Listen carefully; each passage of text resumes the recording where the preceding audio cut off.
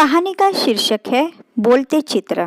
रिया आज 5 साल के बाद अपनी दोस्त शिखा से मिलने जा रही थी, जिसके पति का ट्रांसफ़र इसी शहर में हो गया था। रिया और अमित जब रोहन और शिखा से मिले तो रिया को शिखा बहुत ही बदली हुई सी लगी। उदासीन, सहमी हुई उसकी वाचकता मानो कहीं खो गई हो। वो हर बात पे पति की सहमति खोज रही थी, जैसे उसका रिमोट कंट्रोल रोहन के हाथ में है। उसकी मुस्कुराहट में भी मानो दर्द छुपा है। रिया से रहा ना गया। वो उससे अकेले में बात करना चाहती थी। उसने कहा, चलो मुझे अपना घर दिखाओ, और वो दोनों घर का चक्कर लगाने लगी। थोड़ी देर बाद रिया ने उत्सुकता से पूछा, शिखा, तेरी एक भी पेंटिंग इस घर में नहीं है, क्यों?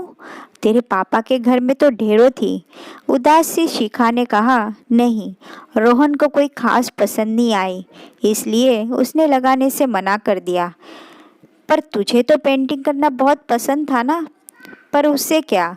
शिखा बोली, सारी चीज़ें तो उसके ही पसंद की होती है। मेरी पसंद नापसंद का वजूद इस घर में नहीं है।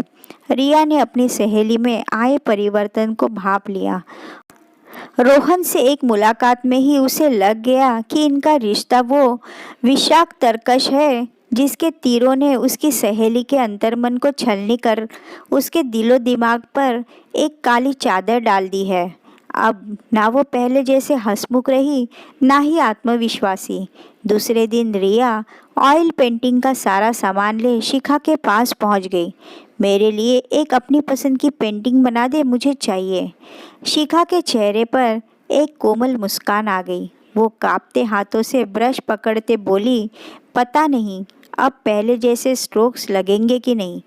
तू उसकी चिंता न कर, बस बना दे, मैं अगले हफ्ते आकर ले जाऊंगी, रिया ने कहा।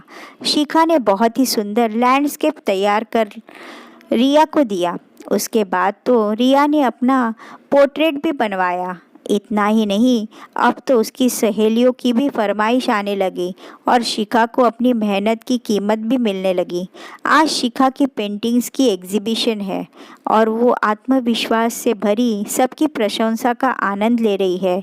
रिया दूर से अपनी सहेली शिखा की ओर इशारा कर अमित और रोहन से कहने लगी, देखो, आज चित्रों ने भी बोलना शुरू कर दिया।